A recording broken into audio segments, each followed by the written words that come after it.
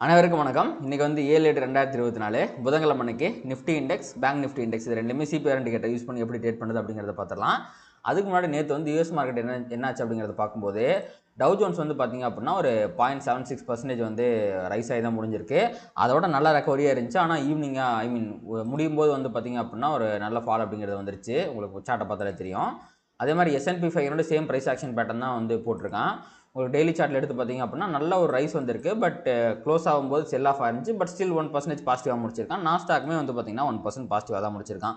So இந்த மாதிரி வந்து ஒரு லோயர் சைடில் இந்த மாதிரி ஒரு ரெக்கவரிலாம் வரது வந்து பார்த்திங்கன்னா பையர்ஸ் வந்து உள்ளே இருக்கிறாங்க. எப்போ வேணாலுமே வந்து பார்த்திங்கன்னா அவங்க வந்து ஒரு பையிங் ப்ரெஷரை பெருசாக க்ரியேட் பண்ணி மார்க்கெட்டை மேலே கொண்டு போயிடுவாங்க அப்படிங்கிறதான் வந்து இண்டிகேட் பண்ணுது. ஸோ அடுத்து முக்கியமாக பார்க்க வேண்டிய விஷயம் வந்து பார்த்திங்கன்னா விக்ஸ் வந்து பார்த்திங்க அப்படின்னா 27க்கு போயிடுச்சு. 28% வந்து பார்த்திங்கன்னா நேற்று வந்து ஃபால் வந்திருக்கு. இதுவுமே வந்து பார்த்திங்கன்னா ஒரு பாசிட்டிவான விஷயம் தான். 10 இயர் பாண்டியில் பொறுத்த வரைக்கும் நேற்றுமே வந்து பார்த்திங்கன்னா ரைஸ் வந்துருச்சு. அந்த panic situation resin panic situation சுத்தமாக வந்து சப்சைட் ஆயிடுச்சு அப்படிங்கிறது தான் சொல்லணும். அதுக்கப்புறம் வந்து நம்மளோட யூஎஸ் ஆயில் வந்து பார்த்திங்க அப்படின்னா அதுவுமே வந்து பார்த்திங்கன்னா இப்போதைக்கு லைட்டாக ஃபால் ஆகிட்டு இருக்கு. ஒரு $72 வந்து ட்ரேட் ஆகிட்டு இருக்கு. இது ஃபர்தராக கீழே விழுறது வந்து பார்த்திங்க அப்படின்னா நல்லதாக கெட்டது அப்படிங்கிறது கரெக்டாக சொல்ல முடியாது. ஏன்னா நான் முன்னாடியே சொன்ன மாதிரி டிமாண்ட் கம்மியாச்சு அப்படின்னா தான் க்ரூட் ஆயிலோட ப்ரைஸ் வந்து ஃபால் ஆகும். மேபி நம்ம ஃபர்தராக ஃபால் ஆகுதா அப்படிங்கிறத பொறுத்து இருந்து பார்க்கலாம். ஸோ இதான் வந்து பார்த்திங்கன்னா யூஎஸ் மார்க்கெட்டை பொறுத்த வரைக்கும் நேற்று பெருசாக எதுவும் டேட்டாலாம் கிடையாது. ஜஸ்ட் வந்து ஒரு பையிங் ப்ரெஷரோட தான் முடிச்சிருக்காங்க. அடுத்து நம்ம ஏடிஆரை பற்றி பார்த்துடலாம். ஸோ இதுதான் வந்து பார்த்திங்கன்னா இந்தியன் மார்க்கெட்டில். ஸோ இன்ஃபோசிஸ் அண்ட் விப்ரோ வந்து இன்ஃபோசிஸ் வந்து ஃப்ளாட்டாக முடிச்சிருக்கான். விப்ரோ வந்து 1% பாசிட்டிவாக முடிச்சிருக்கான். அதுவே அங்கே பார்த்திங்கன்னா விப்ரோ வந்து 3% பாசிட்டிவாக முடிச்சிருக்கான். இன்ஃபோசிஸ் வந்து 1% பாசிட்டிவாக முடிச்சிருக்கான். அடுத்து வந்து ஐசிஐசி பேங்க் வந்து 0.5% டவுனு, HDFC வந்து 0.9% டவுனு இங்கே நம்ம மார்க்கெட்டில். அங்கே பார்த்தீங்கன்னா ஐசிஐசி ஃப்ளாட்டாக முடிச்சிருக்கான். HDFC வந்து 0.5% அப்பா முடிச்சிருக்கான். ஸோ ஐடியில் வந்து நல்ல ஒரு பாசிட்டிவிட்டி தெரியுது. பேங்க்ஸில் பெருசாக வந்து ஒரு சின்ன பாசிட்டிவிட்டி தான் தெரியுது, பெரிய பாசிட்டிவிட்டின்னு சொல்ல முடியாது. ஐடி அளவுக்கு வந்து ஒரு அதிகமான பாசிட்டிவிட்டி தெரியல. பட் ஸ்டில் இது ஒரு பாசிட்டிவ் சைனாகவே நம்ம கன்சிடர் பண்ணிக்கலாம். அடுத்து எஃப்ஐடியை பொறுத்த வரைக்கும் வந்து பார்த்திங்கன்னா எஃப்ஐ வந்து 3500 கோடி செல் பண்ணியிருக்காங்க. ஓவரால் ஃபிகர் வந்து செல்லிங்கில் நெகட்டிவில் தான் இருக்குது. டிஐ வந்து 3300 கோடிக்கு தான் வந்து பை பண்ணியிருக்காங்க. ஓரளவுக்கு டீசெண்டான பையிங் அப்படின்னு சொல்லலாம். 200 கோடி தான் வந்து உங்களுக்கு செல்லிங் ஆயிருக்கு நேற்று வந்து பார்த்திங்கன்னா ஓவராலாக பார்க்கும்போது. அடுத்து இப்போ கரண்ட்டில் வந்து நீங்கள் வேர்ல்டு மார்க்கெட் ஃபியூச்சர்ஸை நீங்கள் பார்க்கும்போது யூஎஸ் ஃபியூச்சர்ஸ் எல்லாமே வந்து பார்த்திங்க அப்படின்னா ஃப்ளாட்டாக இருக்குது. உங்களுக்கு வந்து மூணுமே எல்லாமே வந்து பார்த்திங்கன்னா ஃப்ளாட்டாக தான் இருக்குது. யூரோப்பியன் ஃபியூச்சர்ஸ் எல்லாமே வந்து பார்த்திங்கன்னா பாசிட்டிவாக இருக்குது.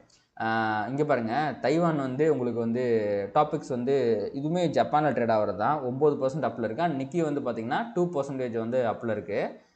ஸோ அதுக்கப்புறம் வந்து காஸ்பி வந்து பார்த்திங்கன்னா 0.2% வந்து பாசிட்டிவாக இருக்குது. ஸோ இது எல்லாமே வந்து பார்த்திங்கன்னா ஒரு பாசிட்டிவிட்டி தான் இண்டிகேட் பண்ணுது.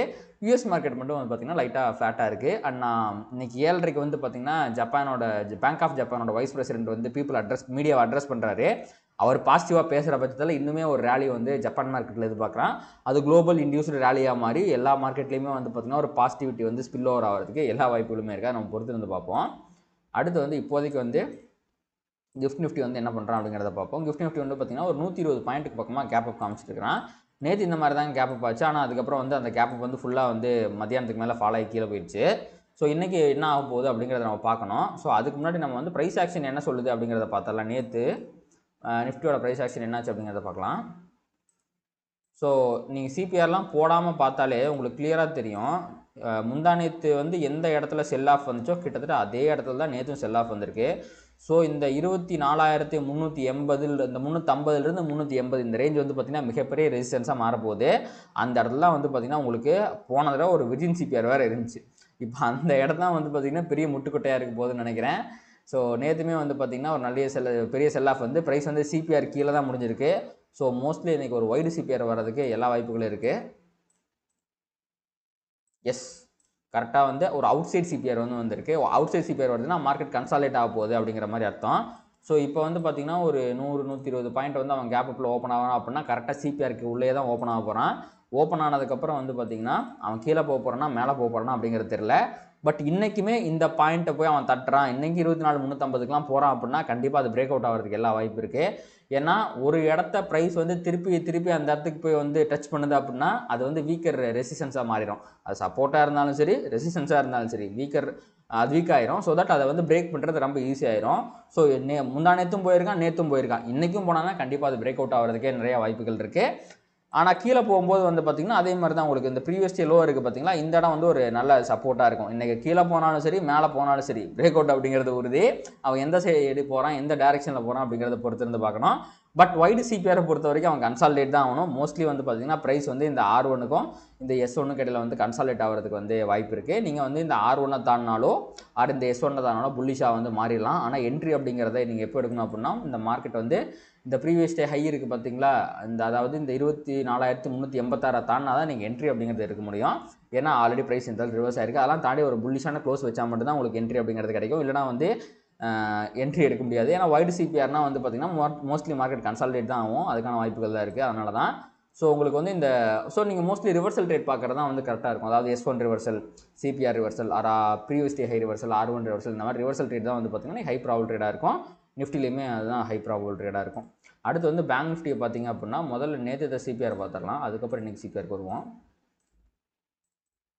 ஸோ நேற்று வந்து பார்த்திங்கன்னா சேம் அதே நிஃப்டியில் வந்த மாதிரி அதே தான். நிஃப்டி அளவுக்கு மேலே போகல, கரெக்டாக எக்ஸாக்டாக நிஃப்டி வந்து ஒரு பாயிண்ட்லேருந்து ரிவர்ஸ் ஆயிருந்துச்சு. ஆனால் பேங்க் நிஃப்டி அப்படி ஆகலை, கீழே R1 ரிவர்ஸ் ஆகி வந்துட்டான். அண்ட் பேங்க் நிஃப்டி வந்து பார்த்திங்கன்னா நிஃப்டி காட்டில் ரொம்ப மோசமாக S1க்கு பக்கத்தில் கிட்டத்தட்ட டேலோவில் வந்து பார்த்திங்கன்னா கன்சல்டேஷனாகி வந்து க்ளோஸ் வச்சுருக்கான். இந்த இடத்தோட லோக்கிட்டே தான் அவன் க்ளோஸே வச்சுருக்கிறான். ஸோ இன்றைக்கி சிபிஆர் நீங்கள் பார்க்கும்போது பேங்க் நிஃப்டியில் ஒரு அவுட் சைட் சிபிஆர்னு சொல்ல முடியாது. இது வந்து பார்த்திங்கன்னா ஒரு டிசெண்டிங் வைடு சிபிஆர்னு சொல்லலாம். நிஃப்டியில் வந்து பார்த்திங்கன்னா ப்ராப்பரான அவுட் சைட் சிபிஆர் ஃபார்ம் ஆயிருந்துச்சு. நிஃப்டியில் அப்படி ஃபார்ம் ஆகலை. சாரி நிஃப்டியில் ஃபார்ம் ஆயிருந்துச்சு, பேங்க் நிஃப்டியில் அப்படி ஃபார்ம் ஆகலை.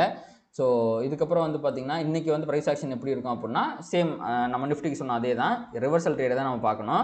ப்ரீவியஸ் டே ஹை இன்னைக்கு வந்து அவன் வந்து மோதும்போது ப்ராபப்ளி ஒரு பிரேக் அவுட் மேலே நடக்கிறதுக்கான வாய்ப்பு இருக்குது.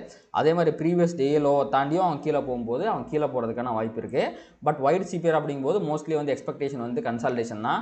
மார்க்கெட் இன்றைக்கி கன்சால்டேஷன் ஆச்சு அப்படின்னா இன்றைக்கி புதன்கிழமை வியாழன் வெளியில் வந்து ஒரு ட்ரெண்டிங் டே கொடுத்து அவன் மேலே போகிறதுக்கான வாய்ப்புகள் கொஞ்சம் அதிகமாக இருக்குது. ஸோ பேங்க் நிஃப்டியில் சேம் அதே தாங்க, R1 reversal, CPR reversal, S1 reversal, இது மூணு தான் வந்து பார்த்திங்கன்னா ஹை ப்ராபபிள் ட்ரேட். இன்றைக்கி நம்ம ட்ரெண்டிங்கே எதிர்பார்க்க முடியாது. ஆனால் கன்சிடரிங் த குளோபல் கியூஸ் மேபி இன்றைக்கி மார்க்கெட் ட்ரெண்ட் ஆகிறதுக்கான வாய்ப்புகள் இருக்குது. ஏன்னா சுச்சுவேஷன் வந்து ரொம்ப ஓவர் சோல்டு இருக்கிறதுனால ஒரு சின்ன ஒரு ரேலி வரதுக்கு கூட வாய்ப்பு இருக்குது. அந்த ரேலி சஸ்டைன் ஆகுமா இல்லையா அப்படிங்கிறதான் வந்து பார்த்திங்கன்னா $1 மில்லியன் கொஸ்டினாக இருக்குது. அதை நம்ம வந்து மார்க்கெட் டைமில் பொறுத்து இருந்து பார்த்துக்கலாம். ஸோ இன்றைக்கி வீடியோ அவ்வளோதாங்க. ஸோ நம்ம வியூ வந்து என்றைக்குமே தப்பாக போகிறதுக்குலாம் வாய்ப்பு இருக்குது. அதனால் வந்து ப்ராப்பரான ரிஸ்க் மேனேஜ்மெண்ட் பண்ணுறது மூலமாக தான் நம்மளால் மார்க்கெட்டில் ரொம்ப நாளைக்கு இருக்க முடியும். ஸோ இதை கண்டிப்பாக நீங்கள் ஃபாலோ பண்ணுங்கள். அண்ட் இந்த வீடியோ உங்களுக்கு பிடிச்சிருந்துச்சு அப்படின்னா லைக் பண்ணுங்கள், கமெண்ட் பண்ணுங்கள். ட்ரேட் பண்ணுற மற்ற நண்பர்களுக்கு ஷேர் பண்ணுங்கள். அது யூடியூப் அல்காரிதம் ட்ரிகர் பண்ணி நம்ம நிறையா பார்வையாளர் நம்ம சேனலுக்கு கொண்டு வந்து சேர்க்கும். நன்றி.